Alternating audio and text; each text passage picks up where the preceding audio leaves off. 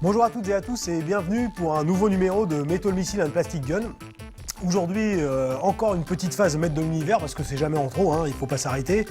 Nous retrouvons notre ami Musclor sur son Battle Cat, prêt à en découdre envers quiconque voudrait nuire à la veuve et à l'orphelin. Alors aujourd'hui, ce que nous allons voir en plus, c'est le Wind Raider, qui est un des véhicules du tout début de la série en jouet, du moins des maîtres de l'univers.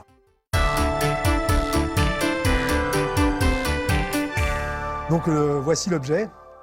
Les autocollants sont d'époque, on sent bien qu'ils ont un petit peu subi, mais là aussi, tout ça se tient plutôt bien.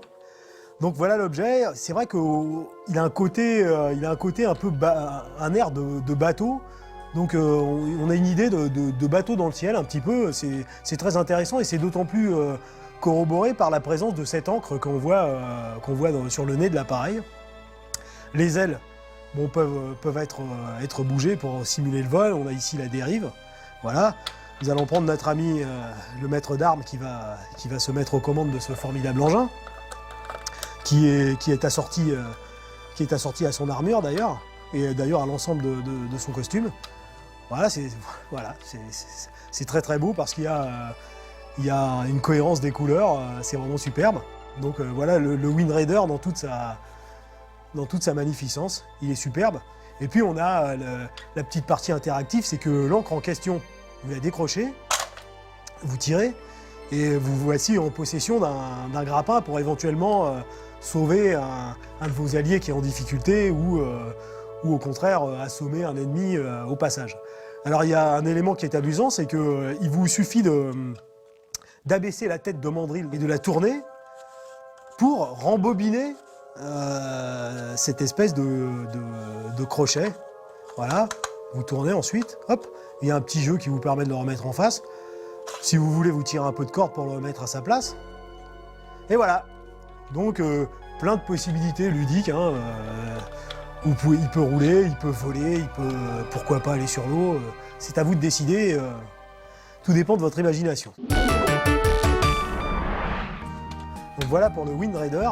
Et maintenant nous allons voir un véhicule que j'apprécie au plus haut point. Et ce véhicule, c'est le Battle Ram. Donc j'ouvre la boîte et je vous montre la bête. Que voici. Hop, une deuxième protection. Parce qu'on n'a jamais assez de protection pour protéger ses jouets. Je la pose là. Et je le sors devant vos yeux ébahis. Le Battle Ram. Là aussi, des autocollants vintage avec des illustrations à la fois barbares et aussi un petit peu de machinerie pour indiquer tout de même qu'on est en présence de véhicules avancés, d'une technologie qui est hors de ce monde. Donc comme vous pouvez le constater, roue libre, vous pouvez vraiment le pousser, le faire tourner de tous les côtés, et ça, à jouer, c'est vraiment super génial.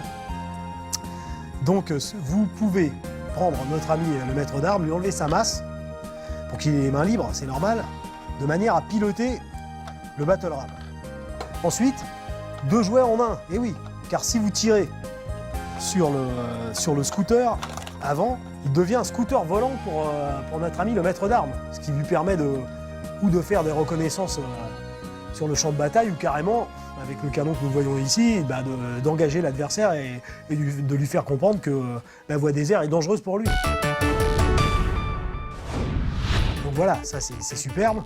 Et puis vous pouvez aussi mettre un personnage aux commandes de la partie la plus fabuleuse du Battle Ram, qui fait que c'est un de mes jouets préférés dans la ligne des maîtres de l'univers, c'est le lancement de missiles. Eh bien oui, 3 missiles qui comportent la tête d'un démon en fait. Donc là aussi, c'est quand même assez parlant sur la suite des opérations. Donc voici les missiles que vous mettez. Et avec le bruit béni du lock and load, c'est-à-dire que vous rentrez le missile et vous sentez bien qu'il est prisonnier, que le ressort est appuyé et que quand vous allez appuyer sur la queue de détente, ça va partir. Donc voilà, je vais le faire, on résiste pas à ce plaisir. Ça, c'est du missile. Je le refais encore un coup parce que c'est trop bon. Superbe, c'est magnifique.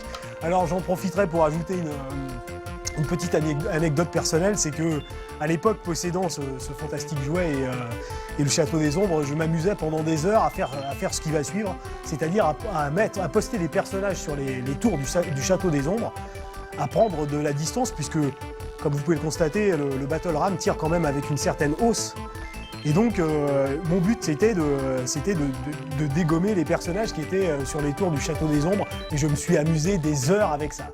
Voilà pour une partie supplémentaire consacrée aux Masters of the Universe, les maîtres de l'univers, qui sont vraiment des jouets qui vieillissent bien, qu'on a toujours plaisir à manipuler et qui sont vraiment super plaisants. On comprend vraiment pourquoi ces jouets et cette licence a marqué son temps et marque encore le monde du jouet actuellement.